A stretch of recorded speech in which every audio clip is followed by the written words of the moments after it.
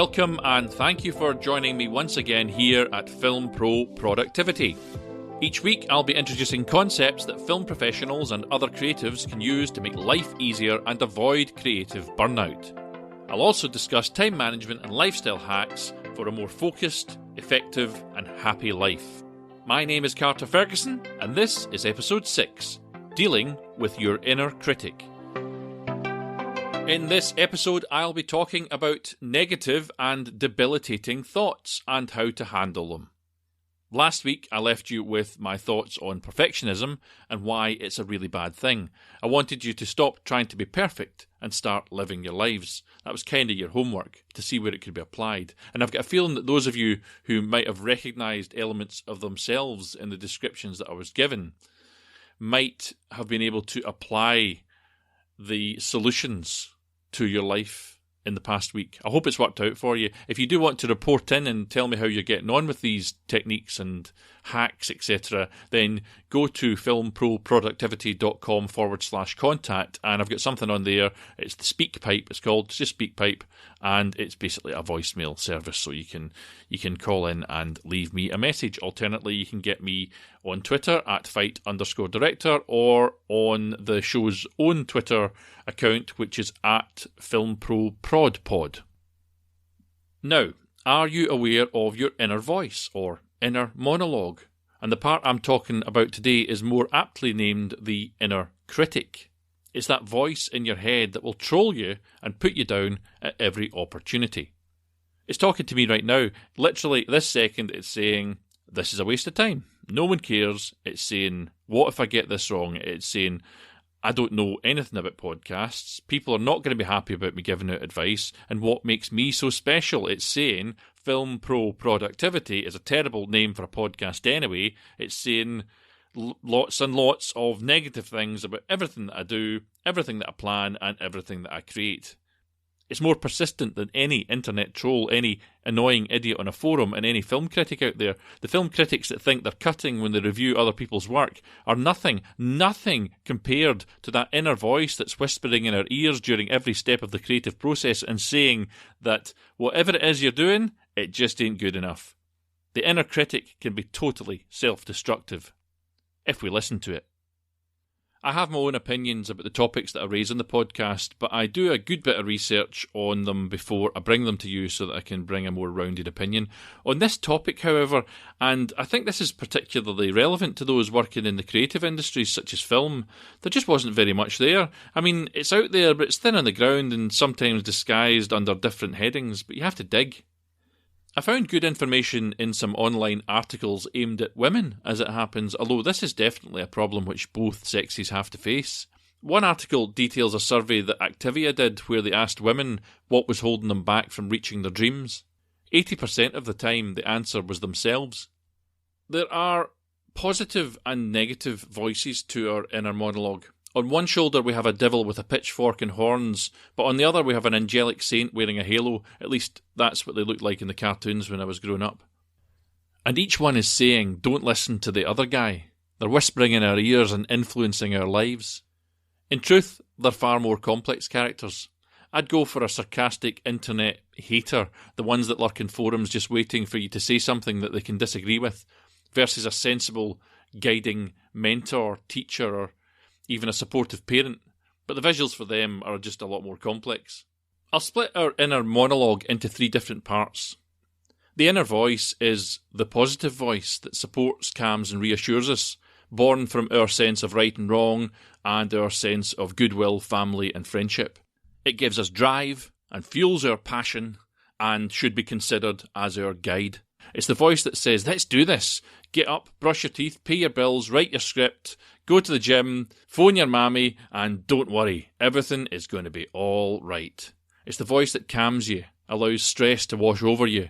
And it also says, well done, good job. And sometimes, let's just walk away. This is not for us.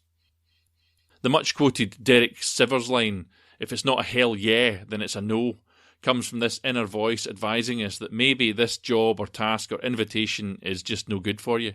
It's looking after your well-being. You won't ever get this voice mixed up with the inner critic, as the inner critic will be grabbing you round the throat and whispering poison in your ear.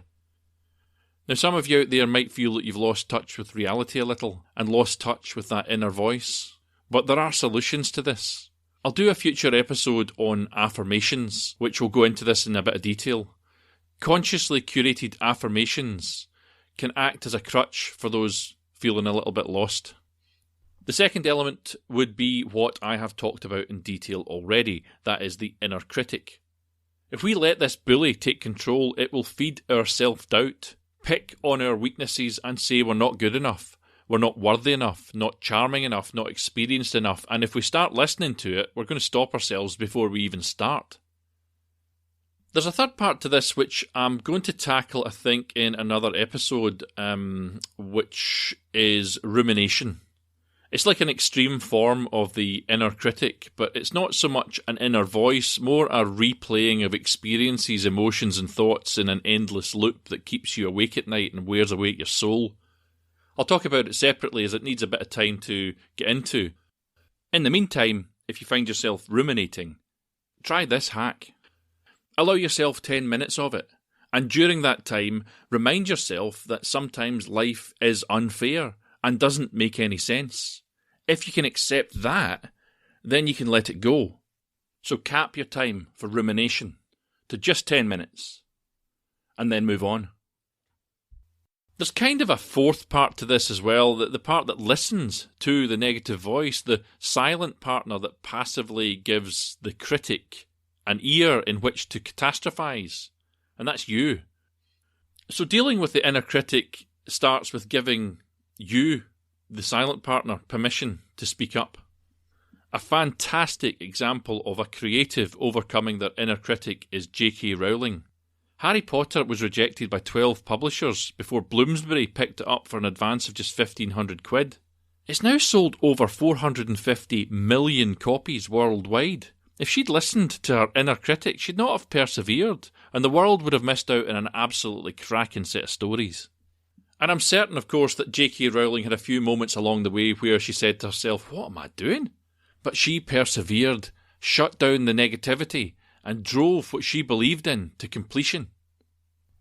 Once we recognise that this inner critic does exist, we can implement strategies and techniques to live with it, or at the very least, disrupt its influence along the way.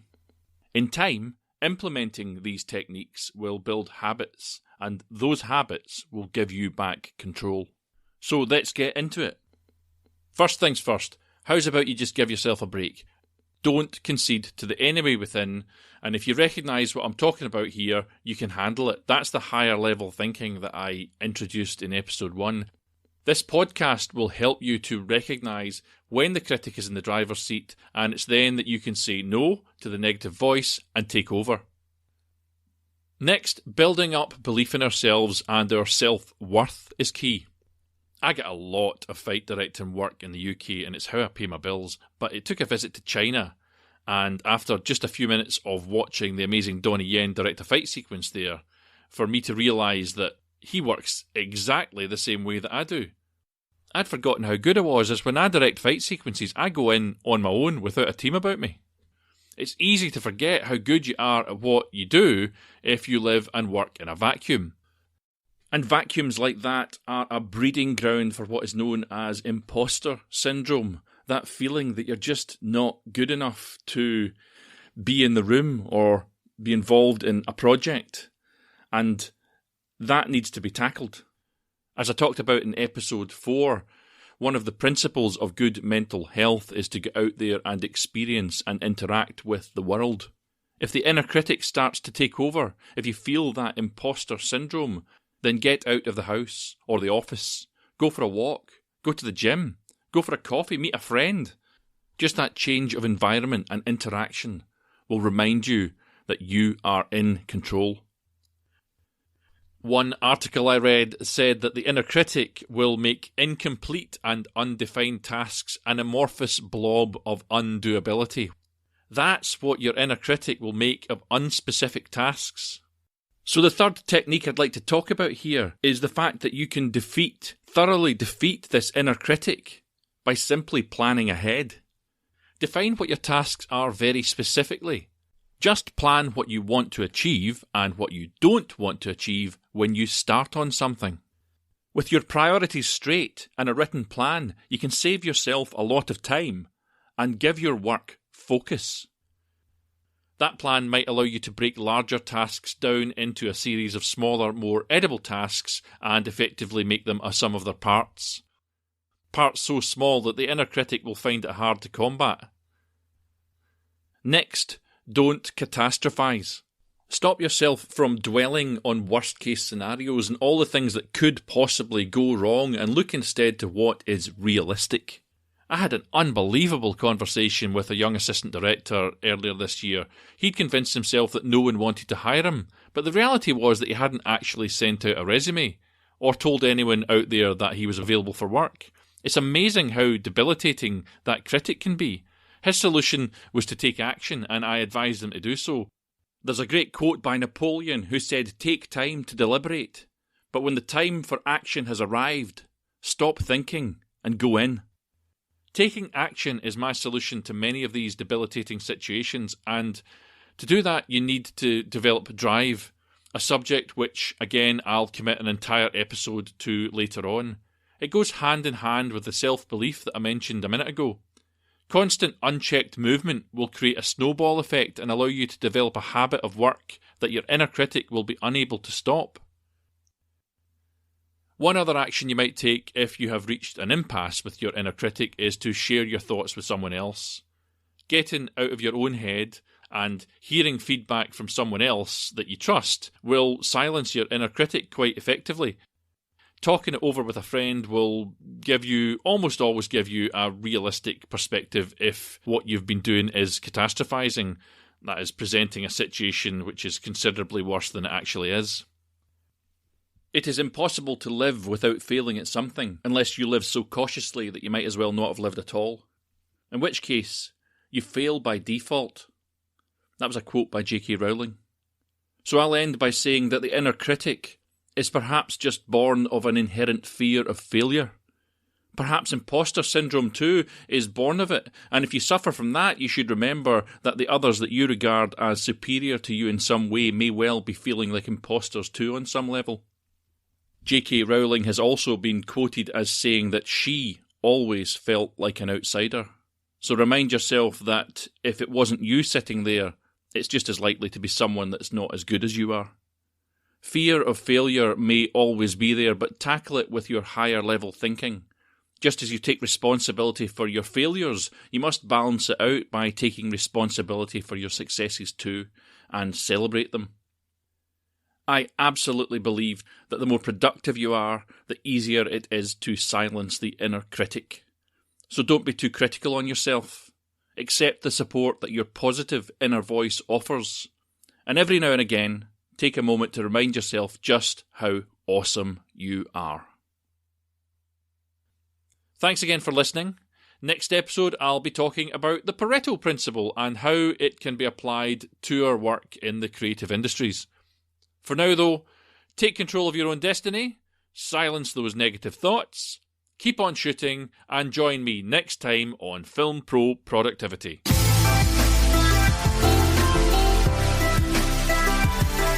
The music for this podcast that you're listening to right now is Adventures by Himitsu. You can view the show notes for this episode on the official website at filmproproductivity.com. If you're struggling with something you think I can help with, or would like to tell me how you're getting on, then please get in touch via the contact page on the website. Alternately, you can get me on Twitter at fight_director or follow the show at filmproprodpod. Please subscribe on the podcast app of your choice, and if you're in a caring, sharing mood, then spread the word about the podcast, and I'd really appreciate it if you would leave an awesome review.